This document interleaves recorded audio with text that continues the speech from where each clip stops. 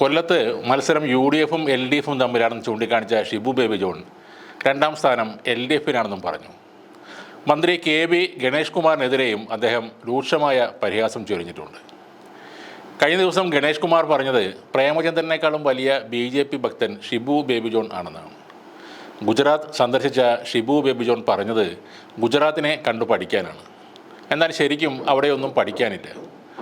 പിന്നെ ഷിബു ബേബി ജോണിൻ്റെ അനുവാദം ചോദിച്ചിട്ടാകില്ല പ്രേമചന്ദ്രൻ BJPയിലേക്ക് പോകുന്നതെന്നും ഗണേഷ് കുമാർ കളിയാക്കിയിരുന്നു. ഇവരുടെ പൂജാമുറിയിൽ മോദിയുടെ വിഗ്രഹവും കാണാമെന്നും ഗണേഷ് പറഞ്ഞിരുന്നു. അതിനുള്ള മറുപടിയാണ് ഷിബു ബേബി ജോൺ ഇപ്പോൾ നൽകിയത്.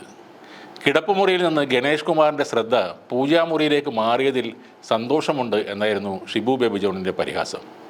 പൈതൃകം വ്യതിചരിച്ച് താൻ ഇതുവരെ പോയിട്ടില്ല. ഗണേഷിൻ്റെ നാറിയ കഥകൾ ഞങ്ങൾ പറഞ്ഞാൽ തേച്ചാലും കുളിച്ചാലും പോകില്ലെന്നും ഷിബു ബേബി ജോൺ പറയുന്നു. ഗണേഷ് കുമാറിനെതിരെ പലപ്പോഴും പലരും ആരോപണങ്ങൾ ഉന്നയിക്കാറുണ്ട്. കുറച്ചുനാൾ മുമ്പ് വെള്ളാപ്പള്ളി നടേശൻ പറഞ്ഞത് തുണി കൊടുക്കാതെ നടക്കുന്നവനെ തുണിമുക്കി കാണിക്കുന്നതിന് തുല്യമാണ് ഗണേഷ് കുമാറിൻ്റെ അവസ്ഥ എന്നാണ്. പണത്തോടും പെണ്ണിനോടുമാണ് ഗണേഷിന് എക്കാലത്തും ആസക്തി. സ്വന്തം അച്ഛനെയും സഹോദരിയെയും ചതിച്ചവനാണ് അയാൾ. ആ പകൽമാനിനെ മന്ത്രിസഭയിൽ ഉൾപ്പെടുത്തുന്നത് ജനാധിപത്യത്തിൻ്റെ അപജയമാണ്.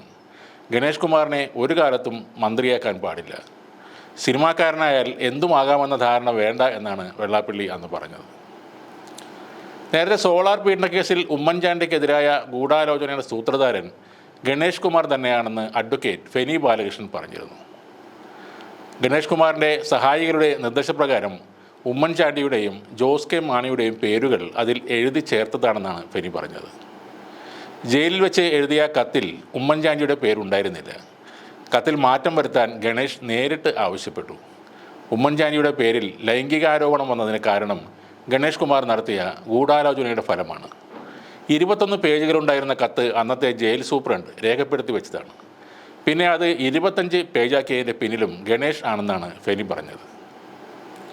കൂടെ നിന്നിട്ട് ഒടുവിൽ ചതിക്കുന്ന ഒറ്റുകാരൻ്റെ വേഷം ഗണേഷ് കുമാർ പല സിനിമയിലും പലതവണ അവതരിപ്പിച്ചിട്ടുണ്ടെന്നും ആ റോൾ അതിലും നന്നായി ജീവിതത്തിൽ പകർന്നാടിയ ആളാണ് ഗണേഷ് കുമാർ എന്നുമാണ് യൂത്ത് കോൺഗ്രസ് നേതാവ് രാഹുൽ മാങ്കൂട്ടത്തിൽ പറഞ്ഞത്.